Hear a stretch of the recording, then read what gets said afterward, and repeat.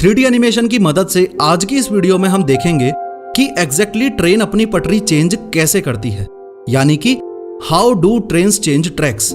इस वीडियो की शुरुआत एकदम बेसिक से करेंगे और ये मान के चलेंगे कि ट्रेन ट्रैक्स यानी कि ट्रेन की पटरियों के बारे में आप सिर्फ ये जानते हो, ये जानते हो और ये जानते हो। इसके अलावा ट्रेन में ट्रेवल करते वक्त ये देखने के लिए हाईली एक्साइटेड रहते हो कि आखिर ट्रेन्स ट्रैक चेंज करती कैसे हैं।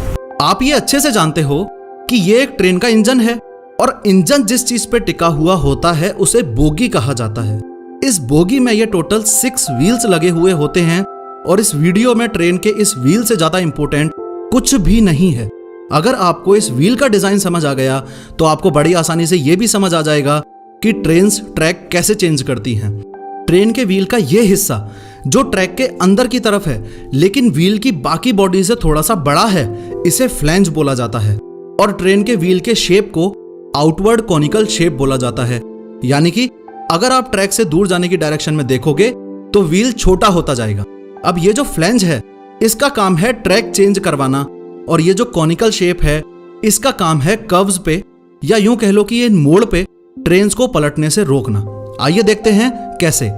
कई लोगों को ये डाउट होता है कि ट्रेन इंजन के अंदर लोको पायलट के सामने लगा हुआ ये स्टीयरिंग व्हील ही ट्रेन्स को पटरी बदलने में मदद करता है, लेकिन ऐसा नहीं है।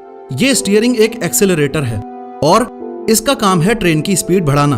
अब ध्यान से समझो, इस स्टीयरिंग को घुमा के आपने ट्रेन को मूवमेंट दिया, उससे ये व्हील्स आगे बढ़ते जाएंगे। आगे बढ़ते बढ़ते ये व्हील्स अब उस जगह पर पहुंच चुके हैं जहां पर ट्रेन को अपना ट्रैक चेंज करना है। अब 2 मिनट के लिए इन व्हील्स को भूल जाओ और आपका पूरा फोकस मुझे इधर चाहिए। ये जो इतना सिस्टम है जहां पर ट्रेन ट्रैक चेंज करती है इसे पॉइंट बोला जाता है। इस पॉइंट के साइड में ये जो मशीन लगी हुई है इसे पॉइंट मशीन बोला जाता है और इस पॉइंट मशीन का काम होता है इस क्लोजर रेल का मूवमेंट करना।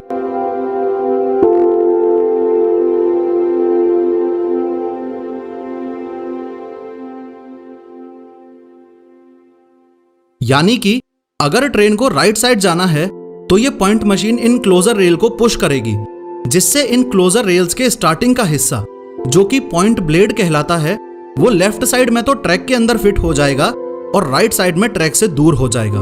उम्मीद है आपको याद होगा, मैंने आपको बताया था कि फ्लैंज का काम होता है अंदर की तरफ से इस व्हील की ग्रिप बनाए रखना। अब जैसे ही ये व्हील्स इस पॉइंट के पास पहुंचे तो ध्यान से देखो कि किस प्रकार इस फ्लैंज की वजह से ये व्हील्स राइट डायरेक्शन की तरफ चले गए।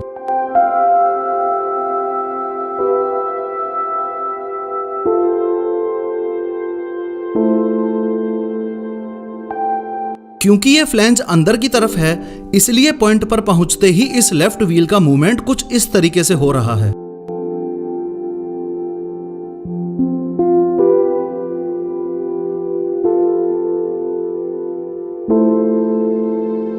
और अगर ट्रेन जिस पटरी पर चल रही है उसी पटरी पर रहना चाहती है तो ये पॉइंट मशीन इन क्लोजर रेल्स को अपनी तरफ पुल करेगी, जिससे ये पॉइंट ब्लेड्स राइट साइड में तो इस पटरी के अंदर फिट हो जाएंगे और लेफ्ट साइड में पटरी से दूर हो जाएंगे।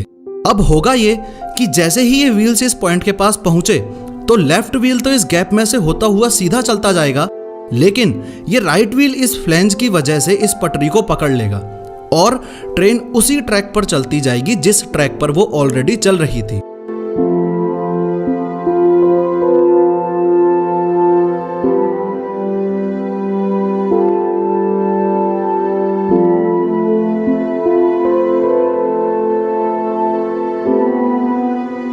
अगर थोड़ा सा और आगे बढ़ें तो इस हिस्से को फ्रॉग बोला जाता है और ये पटरियां जो आगे कंटिन्यू हो रही हैं इन्हें फ्रॉग रेल्स बोला जाता है।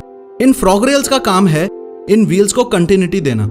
ये देखो, जैसे ही ट्रेन ने एक बार ट्रैक चेंज कर लिया उसके बाद वो इन फ्रॉग रेल्स को अप्रोच करेगी और कुछ इस तरीके से ये फ्रॉग रेल्स इस ट्रेन को रास्ता देंगी। आपने ये तो देख लिया कि ट्रेन से एक पटरी को छोड़ के दूसरी पटरी पर कैसे जाती हैं, पर अभी भी एक ऐसा क्वेश्चन है जो कि हाईली इंपॉर्टेंट है। Guess what?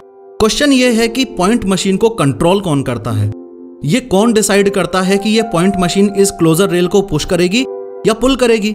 एनीवेज, अगर बात करें कि पॉइंट मशीन को कंट्रोल कौन करता है तो सबसे पहले तो ये याद रखो कि शुरुआती दिनों में, आज से कई साल पहले, पॉइंट मशीन होती ही नहीं थी, बल्कि इसकी जगह ये लीवर होते थे। इन लिवर्स को ऑपरेट करने के लिए यहाँ पर एक आदमी की ड्यूटी लगा करती थी, जिसे पॉइंट्समैन बोला जाता था। इस सिस्टम के साथ प्रॉब्लम यह थी कि पॉइंट्समैन की गैर मौजूदगी में कोई भी इस लीवर के साथ छेड़छाड़ कर सकता था और किसी बड़ी दुर्घटना को अंजाम दे सकता था। इसलिए इन लीवर्स को यहां से हटाकर केबिन्स के अंदर शिफ्ट कर दिया। रेलवे स्टेशन के स्टार्टिंग और एंड पे आपने इस तरीके की 2 बिल्डिंग्स देखी होंगी। इन्हें केबिन बोला जाता है। कई सालों तक लिवर्स को इस केबिन के अंदर से ही ऑपरेट किया गया, लेकिन जैसे जैसे टाइम के साथ टेक्नोलॉजिकल एडवांसमेंट हुआ, वैसे वैसे ये केबिन्स भी यूजलेस होते गए। पॉइंट मशीन को लेके आज क्या कंडीशन है, अगर इस बारे में बात करूं तो ट्रेन की पटरी बदलने के टॉपिक को एक बड़े ही इंटरेस्टिंग एग्जाम्पल के साथ समझते हैं। अब चूंकि मैं जयपुर में रहता हूं तो आपको यहीं के एग्जाम्पल से समझाता हूं। जयपुर शहर में मेनली ये स्टेशंस हैं: 22 गोदाम, दुर्गापुरा, गांधीनगर, जगतपुरा, जयपुर जंक्शन और कनकपुरा। अब ये जो 6 स्टेशंस हैं, ये मिलके बनाते हैं एक सेक्शन, और इस पूरे सेक्शन को जो कंट्रोल करता है, इंडियन रेलवेज में उसे सेक्शन कंट्रोलर कहा जाता है। इसी प्रकार से अब इतने बड़े स्टेशन को भी कंट्रोल करने के लिए कोई ना कोई चाहिए, तो इंडियन रेलवेज में स्टेशन को कंट्रोल करने वाले व्यक्ति को स्टेशन मास्टर कहा जाता है। अब ध्यान से समझो, इस सेक्शन कंट्रोलर का काम है इस बात पर नजर रखना कि कौन सी ट्रेन को कौन सी पटरी से होते हुए किस डायरेक्शन में भेजना है। एक बार सेक्शन कंट्रोलर ने फाइनल डिसीजन ले लिया, फिर वो स्टेशन मास्टर को सूचित करेगा कि इस प्रोफेसर ऑफ हाउ एक्सप्रेस को राइट साइड में डाइवर्ट करना है। फिर ये स्टेशन मास्टर इसके सामने रखी हुई इस मशीन में ये बटन दबाएगा, जिससे डायरेक्टली इस पॉइंट मशीन के पास सिग्नल जाएगा